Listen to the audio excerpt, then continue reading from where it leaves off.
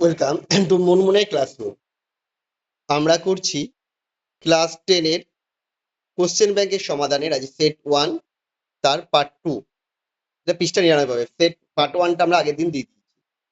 কোনো মূলধনের একই বার্ষিক শতকরা সরল সুদের হারে 7 বছরের সুদে আসলে 7,100 টাকা ও 4 বছরের সুদে আসলে 6,200 টাকা পেল। মূলধন ও বার্ষিক শতকরা সুদের হার কত নির্ণয় করতে হবে? তাহলে 7 বছরের সুদ প্লাস আসল 7,200, 7,100। 4 বছরের সুদ প্লাস আসল 6,200 টাকা। বিয়োগ করে দিলে কত হলো? 3 বছরের সুদ পেলাম 900 টাকা। তাহলে 7 বছরের সুদ কত হবে? ওই কি নিয়ম করলাম, 2,100 টাকা। তাহলে 7 বছরের সুদ প্লাস আসল ছিল হচ্ছে 7,100 টাকা, তার মধ্যে সুদই হচ্ছে 2,100 টাকা। তাহলে আসল কত হবে? বিয়োগ করে দিলাম 5,000 টাকা। এবার আর বের করতে হবে সুদের হার।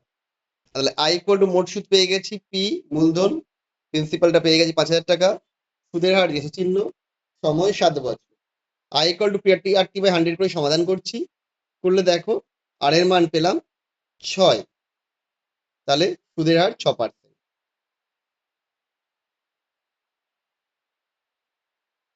কোনো ধূমপাই বিরোধী অথবা ড্রাইভার ধূমপাই বিরোধী প্রচারের ফলে প্রতি বছর ধূমপায়ীর সংখ্যা 6.1/4% হারে হ্রাস পায়।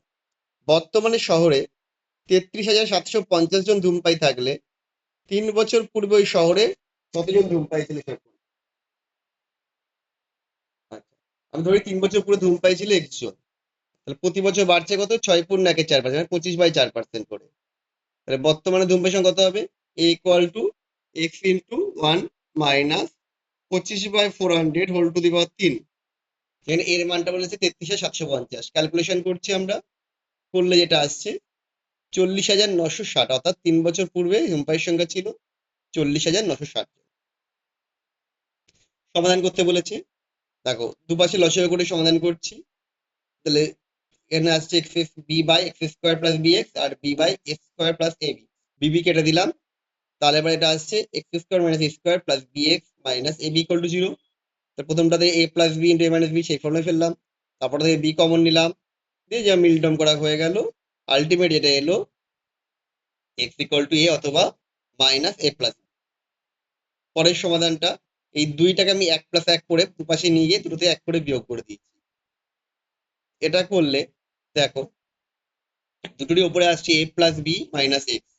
তাহলে ওটা কমন নিয়ে নিলাম। তাহলে পড়ে গেল 1/x minus B plus 1/x minus A. দুটো যোগফল শূন্য করে সমাধান করছি। প্রথম থেকে দিলে এক্স ইকুয়াল টু এলে এ প্লাস বি, দ্বিতীয়টা থেকে সমাধান করলে আসছে X equal to A plus B by 2। তাহলে নির্ণয় সমাধান কি হবে? X equal to A plus B অথবা X equal to A plus B by. যদি দুই অঙ্কের ধনাত্মক সংখ্যা এককের অঙ্কের ঘরে অঙ্ক দিয়ে গুণ করলে 800 কত হচ্ছে? 190 হয়। দশের ঘরে অঙ্ক যদি এককের অঙ্কের দ্বিগুণ হয় তাহলে এককের অঙ্ক নির্ণয় করে। তখন এক্স ধরে নিলাম। তাহলে 10 ঘরে দ্বিগুণ মানে 2x।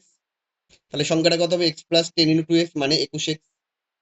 কোশ্চেন অনুসারে এক্স 21x ইন্টু এক্স সমান সমান কত হচ্ছে? 189। তাহলে সমাধান করলে এটা আসছে x square 9, x equal two plus minus 3। যেহেতু সংখ্যাটি ধনাত্মক বলেই দিয়েছিল তাহলে এখানে অঙ্ক হবে 3। সারার গতিবেগ মেহরির গতিবেগের থেকে 1 মিটার পার সেকেন্ড বেশি। 180 মিটার দূরত্বে গিয়ে সারা মেহরিবেগ থেকে 2 সেকেন্ড আগে পৌঁছায়। তাহলে মেহরির গতিবেগ প্রতি সেকেন্ড কত? ধরি মেরুর গতি এক্স, সারার গতিবেগ কি বলেছে? মেহরির থেকে 1 মিটার বেশি পার সেকেন্ডে, তাহলে হবে x plus 1 metre per second. তাহলে 180 মিটার মেহরির সময় লাগে কত? 180/x। সারার সময় লাগে কত? 180/x plus 1। দুটোর বিয়োগফল বলে দিকে 2। সমাধান করলাম, করলে পরে কি আসছে? আসছে হচ্ছে এক্স ইকুয়াল টু 9 অথবা -10। এবার এটা তো এক্সট্রা গতিবেগ, গতিবেগ কোনো ঋণাত্মক হতে পারে না। মেহুলি গতিবেগ ছিল 9 মিটার পার সেকেন্ড।